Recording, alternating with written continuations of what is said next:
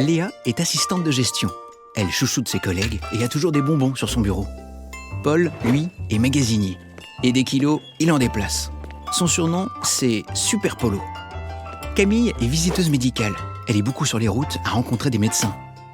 Ahmed, lui, est juriste. Ses missions sont nombreuses et à vrai dire, il n'arrête pas. Et ce n'est pas parce qu'il est assis toute la journée qu'il est moins efficace. Ahmed a un handicap visible, pas comme Paul, Camille et Léa, qui ont un handicap invisible. Et oui, Léa entend mal, ça l'handicape vraiment.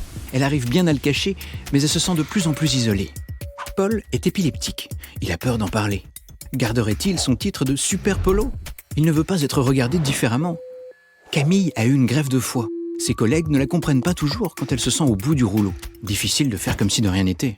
Son médecin du travail veut qu'elle arrête d'être sur les routes. Elle n'a plus le choix. Maintenant, elle ose en parler et commence à envisager une nouvelle vie. Petit à petit, Paul a senti qu'il pouvait avoir confiance. Il en a parlé à son chef d'équipe qui l'a présenté au correspondant handicap. Maintenant, s'il a un problème, ses collègues sauront quoi faire. Et en plus, fini les horaires décalés qui peuvent provoquer des crises. Il est soulagé. Quant à Léa, elle a fini par entendre raison. Elle en a parlé au correspondant handicap qui lui a expliqué que si elle se faisait reconnaître comme travailleur handicapé, son entreprise, via HandiM, pourrait prendre en charge une partie de son appareillage. Et voilà, c'est fait. La communication passe mieux maintenant avec ses collègues. Et bien sûr, Ahmed, ça fait longtemps qu'il fait équipe avec son employeur. Ensemble, ils réfléchissent toujours aux moyens qui le rendront plus autonome. Faisons bouger les lignes. Le handicap, parlons-en.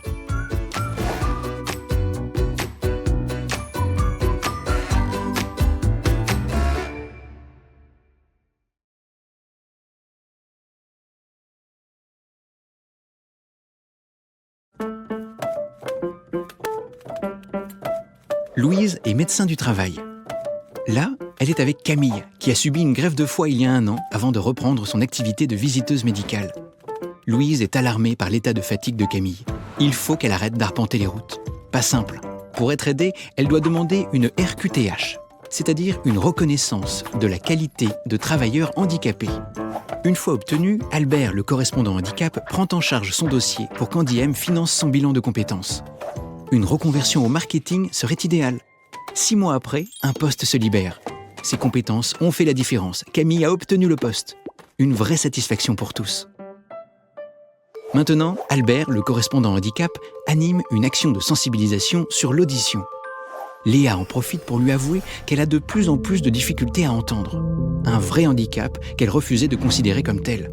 Si ça a un impact sur votre travail, lui explique Albert, c'est important de demander une RQTH.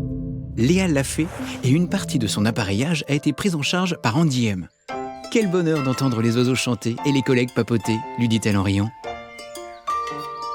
Et c'est en riant qu'Albert, le correspondant handicap, raconte cette histoire à Florence, l'infirmière. Ensemble, ils accompagnent beaucoup de collaborateurs. Florence est très écoutée par les uns et les autres. En toute confidentialité, elle lui parle de Paul, le magasinier. Il vient de l'informer qu'il était épileptique. Sur ses conseils, raconte l'infirmière, Paul a prévenu aussi Aldo, son chef d'équipe. Le voilà. Albert, le correspondant handicap, lui explique que Paul doit aller voir le médecin du travail. Si c'est nécessaire, celle-ci fera une recommandation auprès des ressources humaines pour qu'il bénéficie d'horaires de travail plus réguliers, lui évitant les crises. L'infirmière est rassurée de savoir Paul accompagné. Comme pour Ahmed, qu'elle connaît depuis plusieurs années. Avec lui, son employeur et Fanny, l'assistante sociale, ils forment une belle équipe.